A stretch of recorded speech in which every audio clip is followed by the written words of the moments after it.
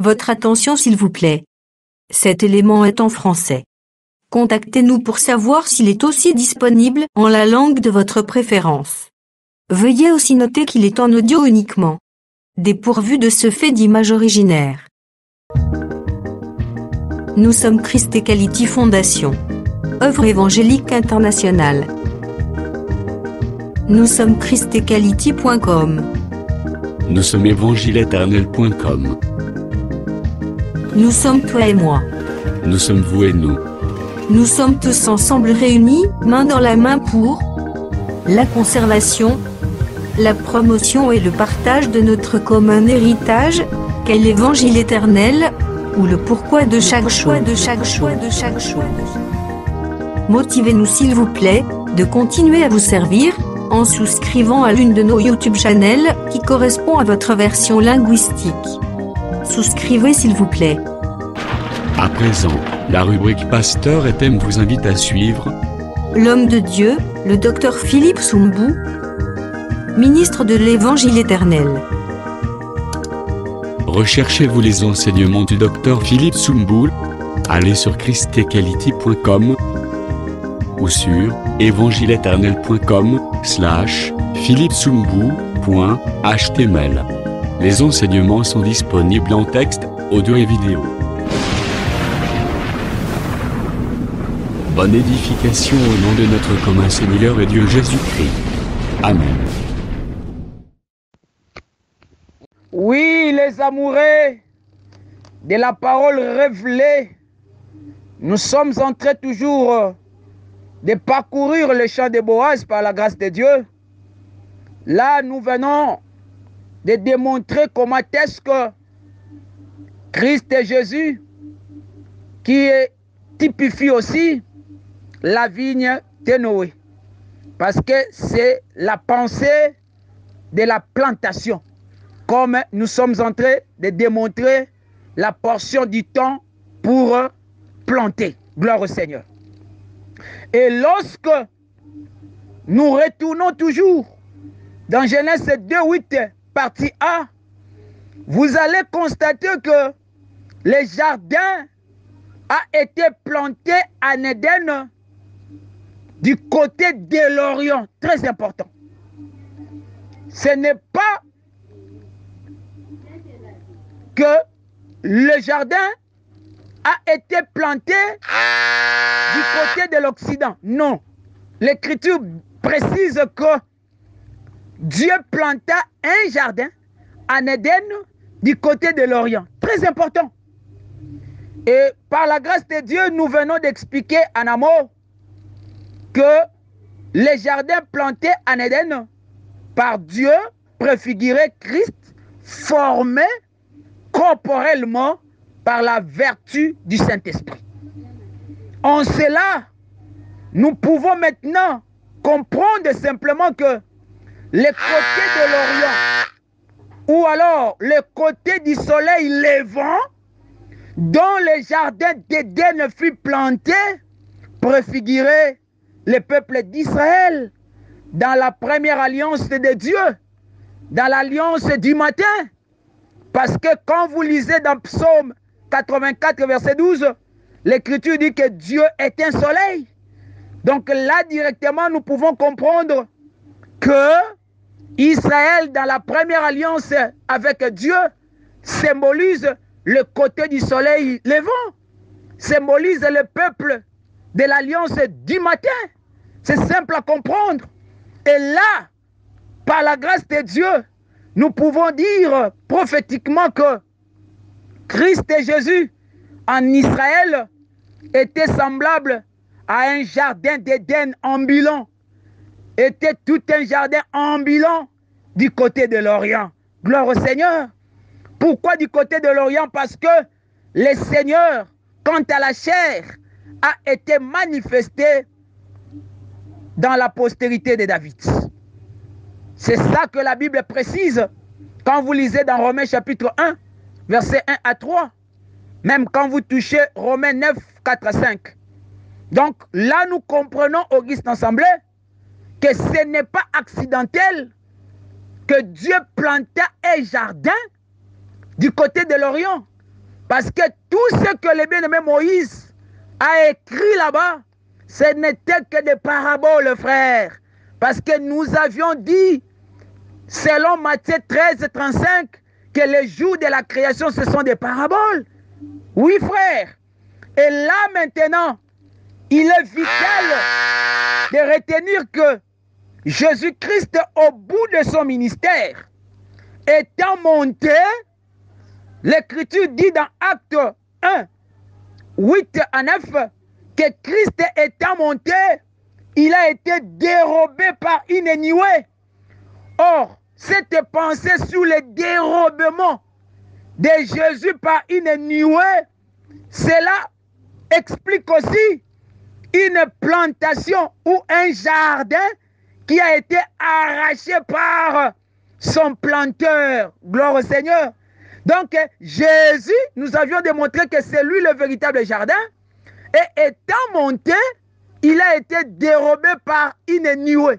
Cela veut dire, le jardin a été arraché par son planteur. C'est ça, mes frères. Parce que nous avons lu là-bas dans Ecclésiaste qu'il y a un temps pour planter, il y a aussi un temps pour arracher ce qui a été planté.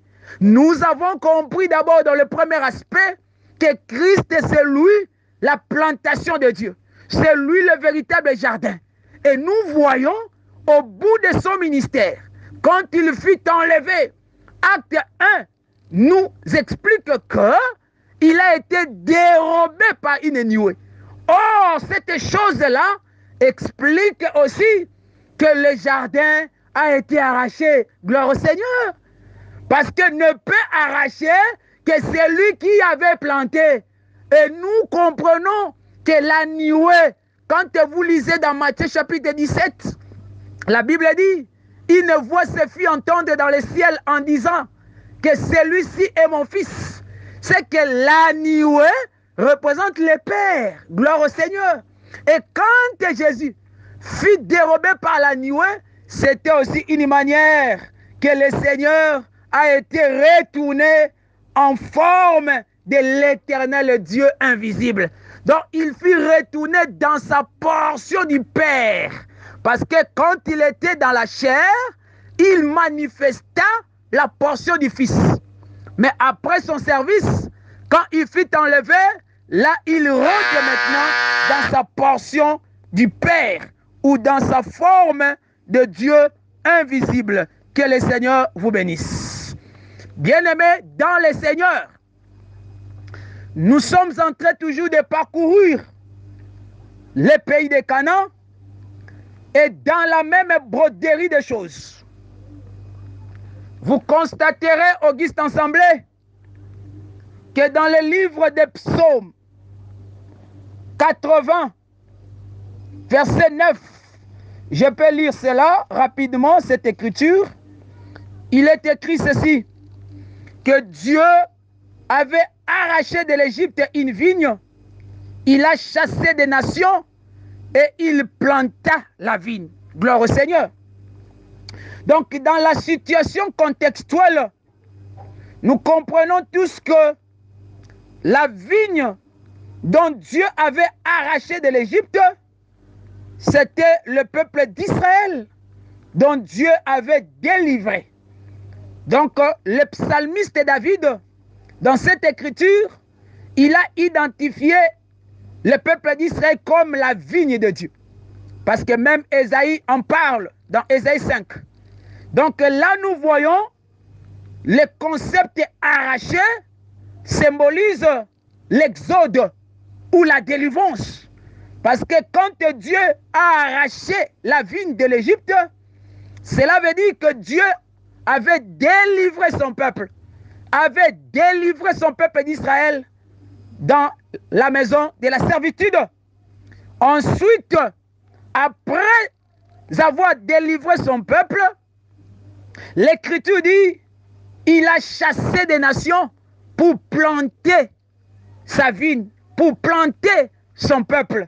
Donc là, cette pensée explique comment est-ce que Dieu lui-même avait détruit, avait chassé cette nation dans le pays de Canaan afin d'établir ou de planter son peuple d'Israël. Là, vous allez constater cela dans le livre de Josué, chapitre 3, verset 10.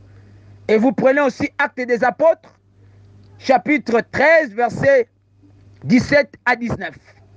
Donc, nous comprenons cette citation prophétique des psaumes 80, verset 9, parce que nous marchons sur le temps de planter et celui d'arracher ce qui a été planté. Par rapport à cette écriture, nous voyons que l'Éternel Dieu lui-même avait arraché sa vigne Israël dans le pays de l'Égypte et il est allé planter sa vigne dans le pays de Canaan en chassant d'abord les 7 nations qui occupaient le pays de Canaan. Gloire au Seigneur. Et dans la même pensée prophétique, nous estimons humblement en disant que le jour de la Pentecôte, le Saint-Esprit, l'Esprit de Christ, a été manifesté comme le véritable planteur. Le Saint-Esprit était descendu, mes frères et sœurs, comme le véritable planteur. Pourquoi? Parce que il était descendu pour planter une vigne, pour planter un jardin. Donc, le Saint-Esprit était descendu le jour de la Pentecôte pour manifester officiellement, pour planter officiellement l'Église corps du Christ comme un jardin de Dieu, comme un jardin de l'Éternel, comme une plantation de Dieu.